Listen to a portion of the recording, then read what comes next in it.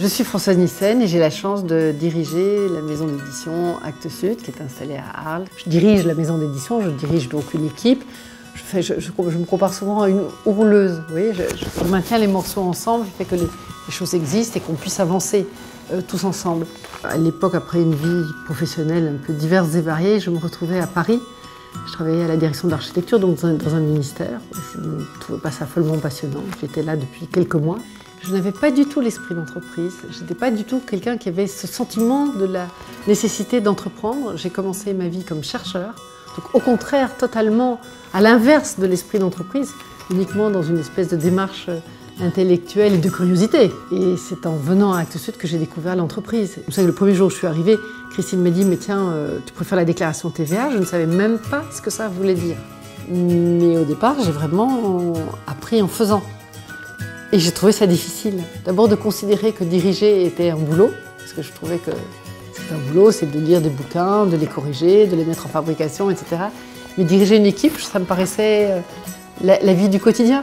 J'ai vraiment eu beaucoup de... Ça me dit tout un temps pour que j'assume que mon boulot, c'était cela. C'était le management. Actes Sud est une maison d'édition, c'est-à-dire que c'est une maison, on accueille des auteurs, on les publie. Après, eh bien, c'est comme dans beaucoup de métiers, il faut bien vendre, il faut bien communiquer. Et là, effectivement, on a toujours à apprendre. Et à l'APM, on apprend beaucoup là-dessus. Et donc, il faut être très soucieux des partenaires que sont les libraires, des partenaires que sont la presse, et de s'adapter à un monde qui évolue beaucoup de ce point de vue-là. Quand on me demande voilà, comment est-ce que je vois l'avenir, eh bien, c'est de continuer à publier les auteurs qu'on aime et les amener dans les mains du maximum de lecteurs possible. Que l'entreprise en soi est une aventure. C'est une aventure humaine, c'est une aventure qui est porteuse, c'est une aventure qui est passionnante et qui vous oblige en permanence à vous remettre en question, à vous questionner, à réfléchir, à regarder devant, à faire son propre bilan permanent. Et donc ça, je trouve que c'est vraiment quelque chose qui me passionne.